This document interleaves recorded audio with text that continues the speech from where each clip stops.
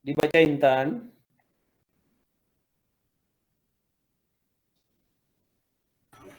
Bapak maaf tadi katanya Intan lagi di jalan pulang. Oke, oh gitu ya. Cici, Cici. Ci. Ayat 18 ya, Pak? Iya. A'udzu billahi minasyaitonir rajim. Bismillahirrahmanirrahim. ولا تصعر خدك للناس ولا تمش في الأرض مرحا إن الله لا يحب كل مختال فخور صدق الله العظيم. Oke, siapa yang bisa menjelaskan ayat tersebut? Nah, ini masih pada aspek sikap nih. Tadi kan aspek sikap yang pertama sabar. Silakan.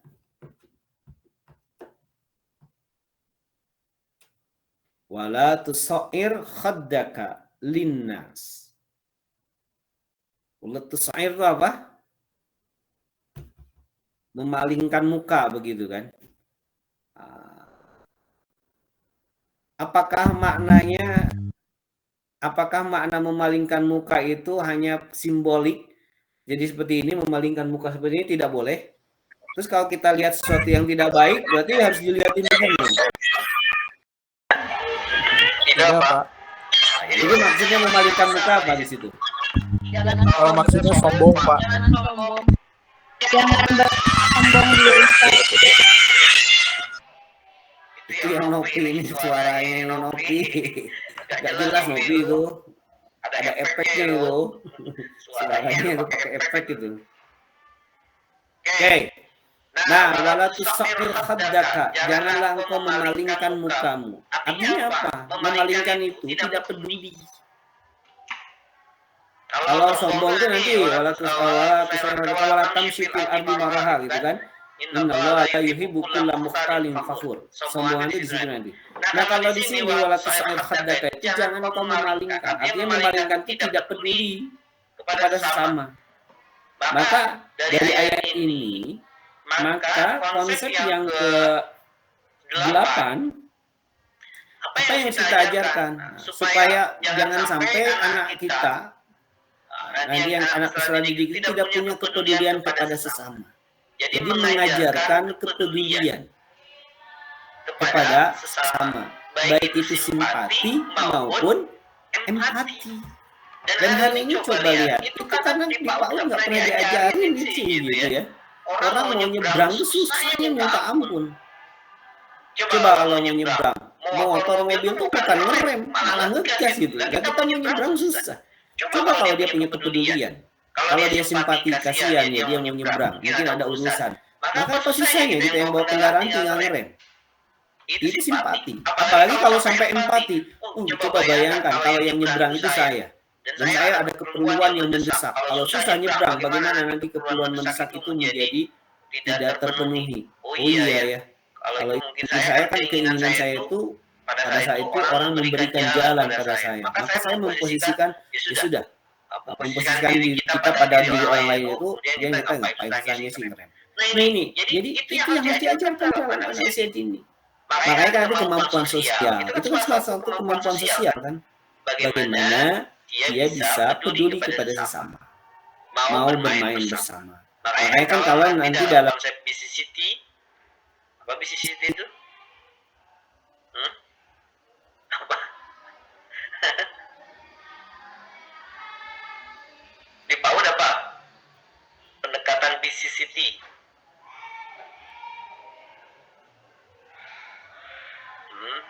Apa?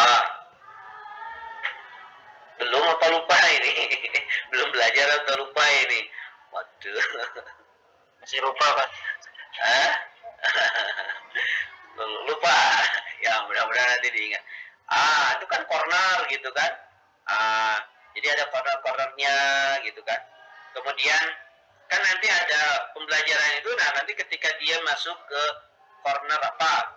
Pengembangan misalkan di situ ada permainan. Nah, permainannya itu tidak disediakan semua. Misalkan anak itu dalam kelas itu 10 atau 5 begitu kan. disediakan 5. Upah biar nggak rebutan. Justru itulah dalam proses pendidikan. Bagaimana anak mau berbagi dalam bermain. Maka permainan itu tidak dibuat 5. Maksudnya 5 itu 5 yang sama, tetapi 5 yang berbeda. Sehingga nanti ketika anak ini mau memainkan permainan B, maka dia nunggu selesai temennya main B. Atau bisa bertukaran. Begitu ya. Nah ini contohnya. Jadi kalau di PAUD itu kan harusnya mulai dilatihkan. Jadi bagaimana memiliki kepedulian kepada sesama. Sehingga cara bermain bersama, saling menghormati, saling menghargai, ini penting sekali. Ini kan baru konsep ya, konsep pendidikan. Nah jadi mengajarkan dan membiasakan mengajarkan kepada anak, melatih anak untuk memiliki kepedulian kepada sesama itu penting. Nanti kan bisa ada baksos gitu kan, dan macam-macam gitu kan, datang memberikan santunan, itu kan bagian dari pelatihan bagaimana punya kepedulian kepada sesama. Begitu ya, dan itu harus dibiasakan, tidak bisa hanya sekali-kali. Termasuk misalkan ada temennya yang kesulitan, dia bantu. Begitu. Oke. Kemudian wala tusair wala tamshi fil ardi maraha, dan janganlah engkau berjalan di muka bumi ini dengan penuh kesombongan. Nah itu sikap sombong, nggak boleh gitu. Latihkan, ajarkan untuk tidak sombong. Makanya kalau di PAUD itu kan ketika dia datang ke sekolah dicek kan bawaannya kan. Makanya ada aturan nggak boleh membawa mainan, gitu. Tidak boleh membawa barang-barang yang berlebihan. Kenapa? Itu kan potensi-potensi untuk sombong di situ. Saya mainannya keren, bagus. Jadi nanti di situ kita ajarkan kesetaraan. Begitu ya.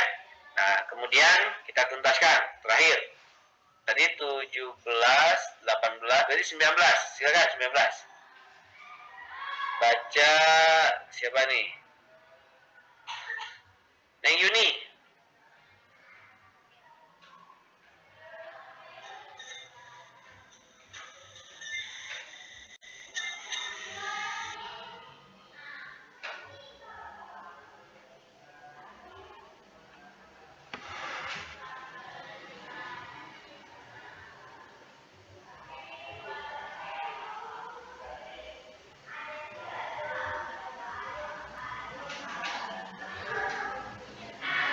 Neng Yuni?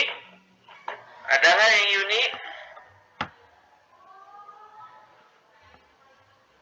Neng Yuni hadir?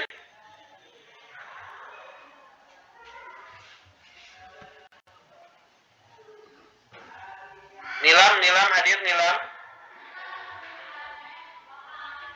Nilam? Halo?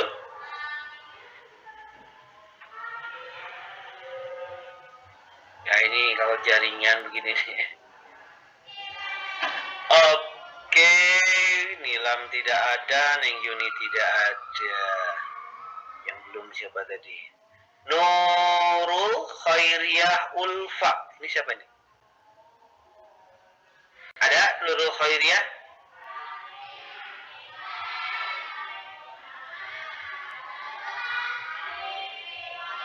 Atau Salisa?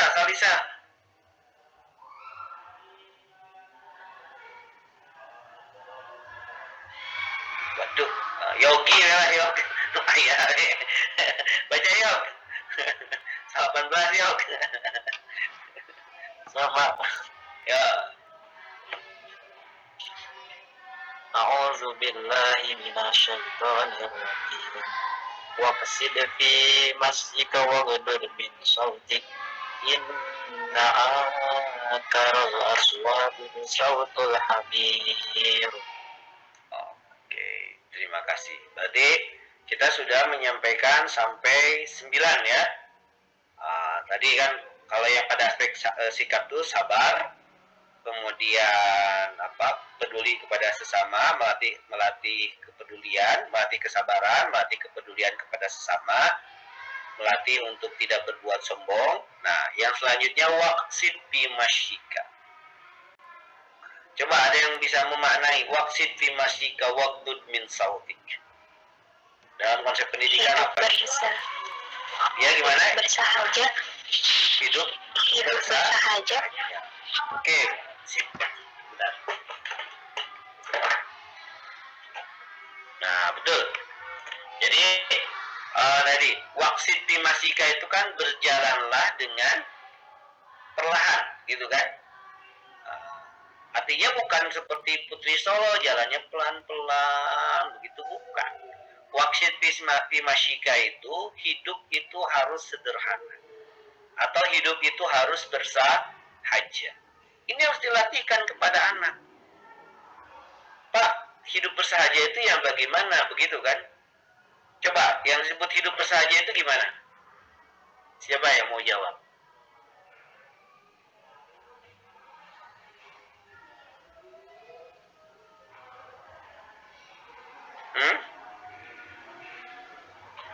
Tidak berlebihan, Kak.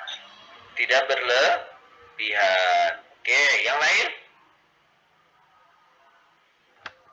Tidak bermewah-mewahan. Tidak bermewah-mewahan. Oke.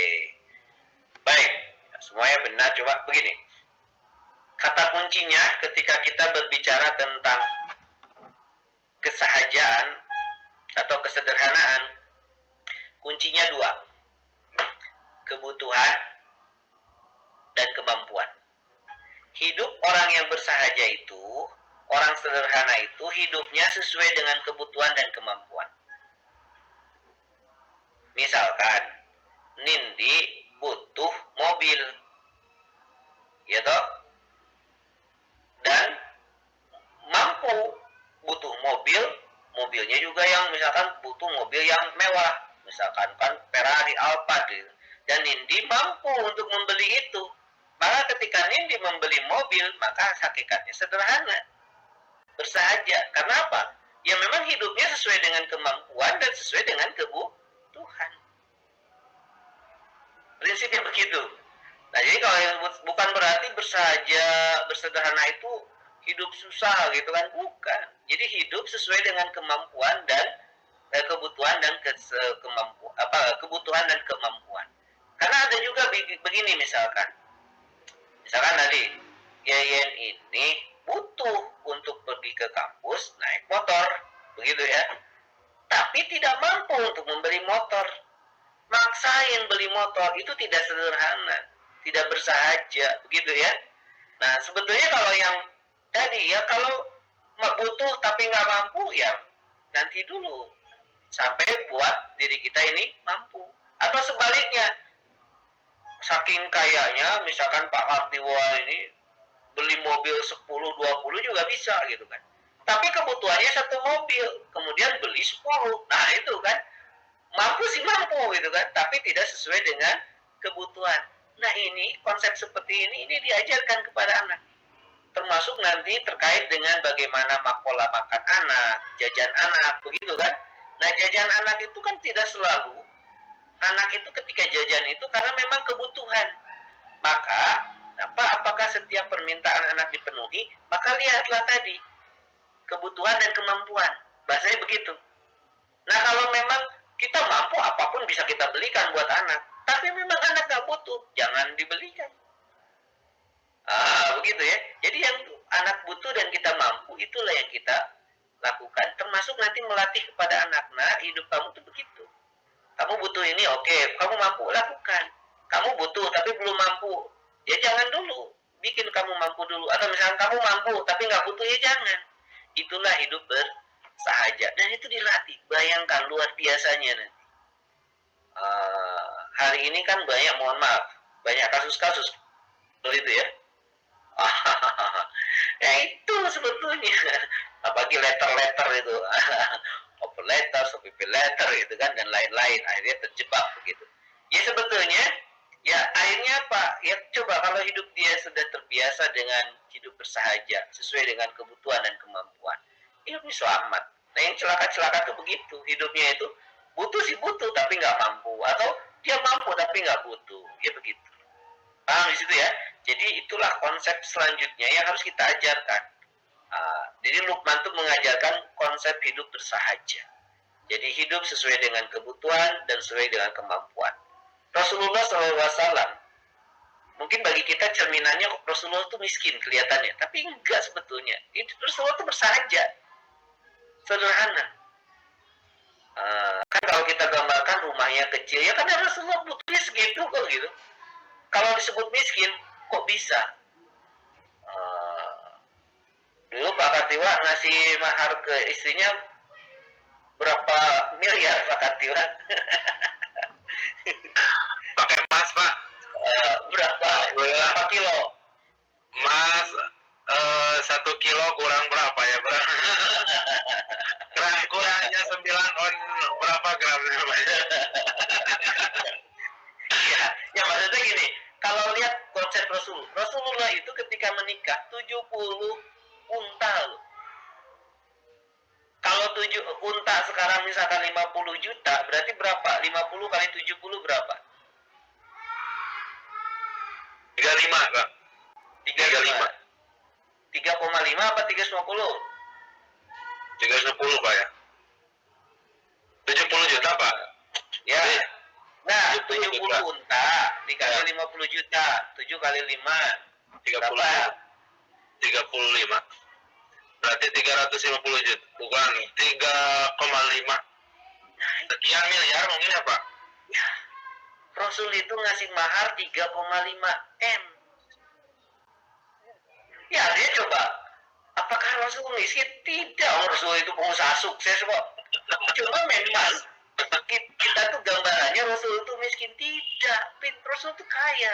Cuma kalau bahasanya Rasul itu hidupnya bersahaja. Rasul itu perlunya makan itu ya 1 piring, ya 1 piring. Nggak usah lihat menu. Kalau kita kan sekarang enggak ya. Perlu makanan tuh ada kulkas, simpan macam-macam, gitu kan. Ya, rumah misalkan. Perlunya hanya cuma berdua, bertiga.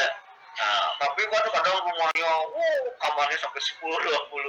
Beda lagi kalau untuk diusahakan. Tentu itu berbeda, gitu kan. Nah, inilah yang harus dilatihkan kepada anak. Bagaimana hidup itu bersahaja. Maka kata kuncinya, kebutuhan dan kemampuan.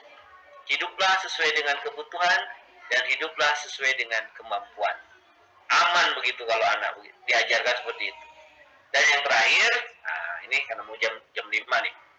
Yang terakhir itu waksit fi masika waqdud min sautik, dan lunakkan begitu kan. Nah, coba bayangkan, lunakkan, kecilkan. Di sini bayangkan Islam itu luar biasa. Jangankan berbicara tentang apa yang kita ucapkan dari lisan kita. Volume suara saja. Waktu min sautik itu begitu kan. Volume saja harus diatur. Artinya apa? Bagaimana mengajarkan etika sopan santun kepada anak. Gitu. Sekarang itu orang kadang kita tuh nggak peduli dengan orang sopan santun. Makanya anak ngomong binatang gitu kan. Anjing, bobol, babi, monyet. Kan itu hal yang biasa bagi anak-anak. Padahal dalam Islam, jangankan kata-kata yang terluar dari lisannya, volume saja harus diatur. Makanya kalau yang pernah mengalami hidup yang tahun 80-90 itu biasanya kalau dipanggil sama orang tuanya, misalkan saya dipanggil, Bang, kemudian saya jawab, apa? Atau apa? Ya, seperti itu. Itu dimarahi. Padahal tidak ada yang salah dalam ucapan saya. Tapi volumenya melebihi volume suara orang tua. Nah, bayangkan Islam itu, konsep yang terakhir bagaimana di PAUD itu mengajarkan tentang etika sopan santun. Baik berbicara maupun berperilaku. Begitu ya. Nah, saya kira itu 11 konsep Luqman. Jadi kalau 11 ini dilakukan, luar biasa. Kalau menurut Islam itu, disitulah kemudian kemuliaan manusia akan kita dapatkan. Luqman hanya orang biasa, orang Afrika, hanya orang Afrika saja. Pekerjaannya pun hanya mengumpulkan kayu bakar, tapi oleh Allah diangkat derajatnya, dimuliakan oleh Allah, bahkan diabadikan namanya menjadi surat Luqman. Bukan apa-apa, karena keberhasilan mendidik anaknya.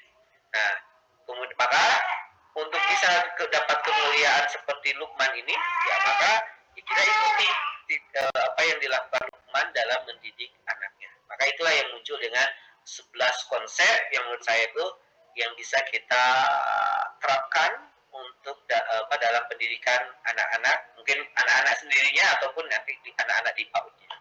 Saya kira itu dulu. Kalau ada pertanyaan silakan.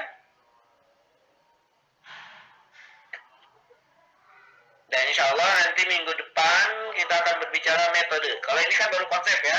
Nah, minggu depan kita akan berbicara metode pendidikan atau pengajaran dari dalam Al-Quran. Cukup? Tidak ada pertanyaan? Oke, kalau tidak ada pertanyaan, minggu depan sebelum saya mulai, saya akan pretest hafalan Luqmannya, kemudian konsep yang 11-nya. Jadi jangan lupa. Dan itu saya nanti minggu depan mudah-mudahan tidak ada halangan, kita luring. Supaya tidak terganggu jaringan. Kecuali yang jauh, Manggola gitu ya. Biasa kemarin pakai hibrid begitu ya. Saya kira kita cukupkan sekian, kita akhiri dengan hamdalah. Alhamdulillah. Baik, terima kasih semuanya.